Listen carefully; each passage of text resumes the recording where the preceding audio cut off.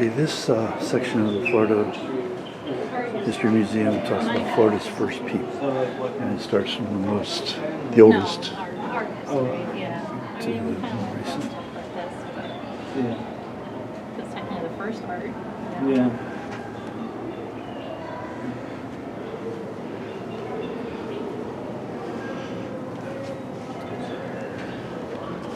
After you, no, after you.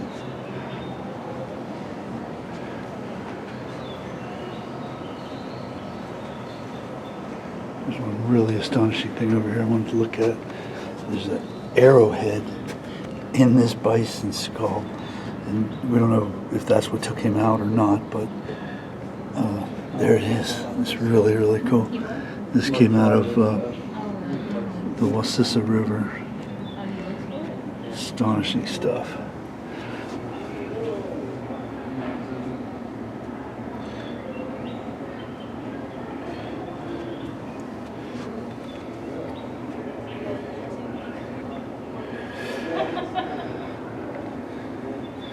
These are all, I think it's, what was it?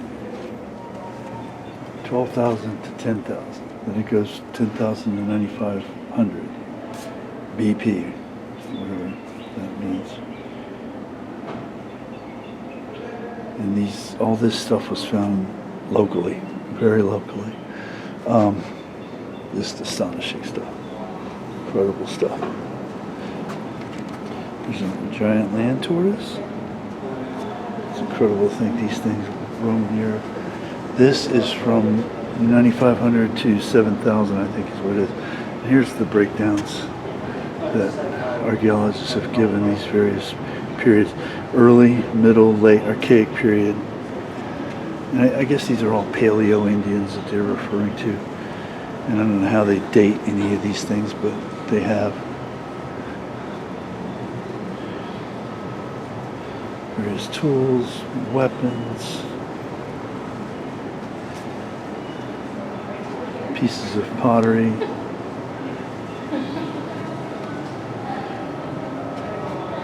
Burial practices. We've seen something like this down at Fort Center, where they actually did this. It always makes you wonder, were they drinking this water, or was this a separate?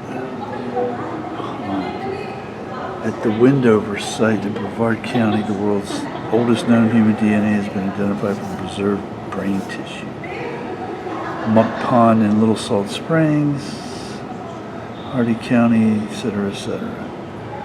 So it talks about the various areas that we know about. Fort Center is relatively new or relatively recent in terms of archaeological discovery. But not as recent as I think Wakulla. Wakulla's pretty new.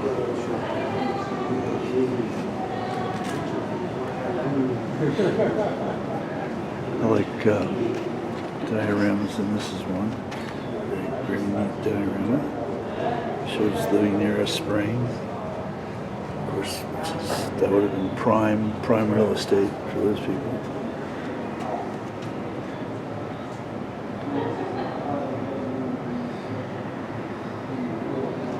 And no end of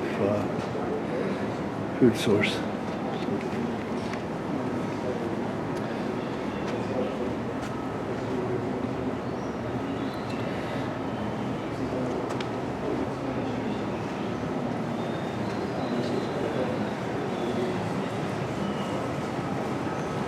This is one of my favorite things, these old canoes. They've identified the various models, if you will, as this top one is supposed to be one that would have gone in choppier waters, the ocean, and these bottom two would have been less. They say that most of these are made out of pine, but some are made out of cypress. And this is a really neat little example that they've set up of how these canoes would have been made, different levels. This is obviously starting out because all they had to work with were shells. I mean, no metal, no steel, any of that sort of stuff. Completely aboriginal people, dealing with living in a very aboriginal way. But these canoes are all legit, thousands of years old. Very, very neat stuff.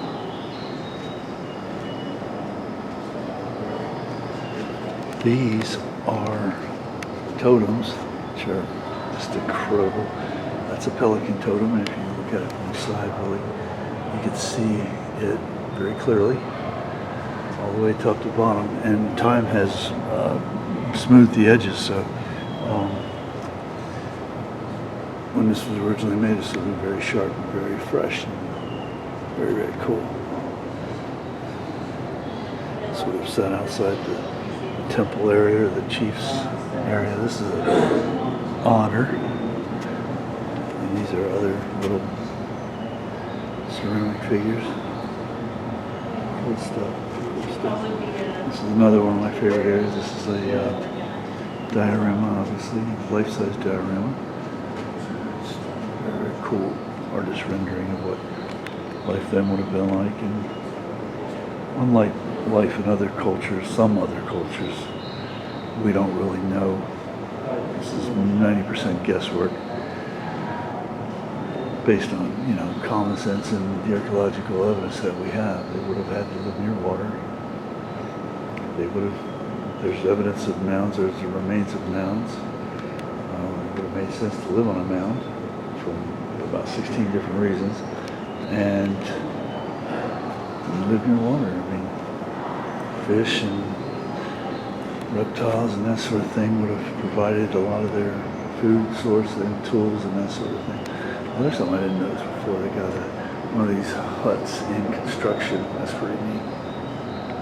Hopefully we'll go to San Luis later on today and see something similar to that. Been there before. This is a mock-up. This is not an original midden, but this is more or less an artist rendering of what one would look like. And we've seen these completely legitimate in several places. Most recently we saw them in Spanish Point. That was pretty cool. And here's some more tools.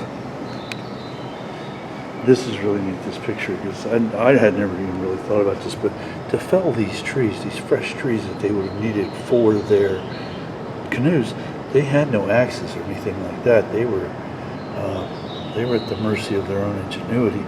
And what they did is very similar to building a canoe itself. They would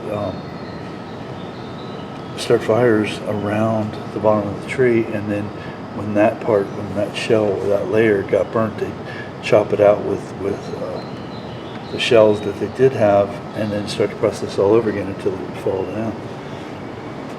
Very ingenious for the time. Very, very ingenious.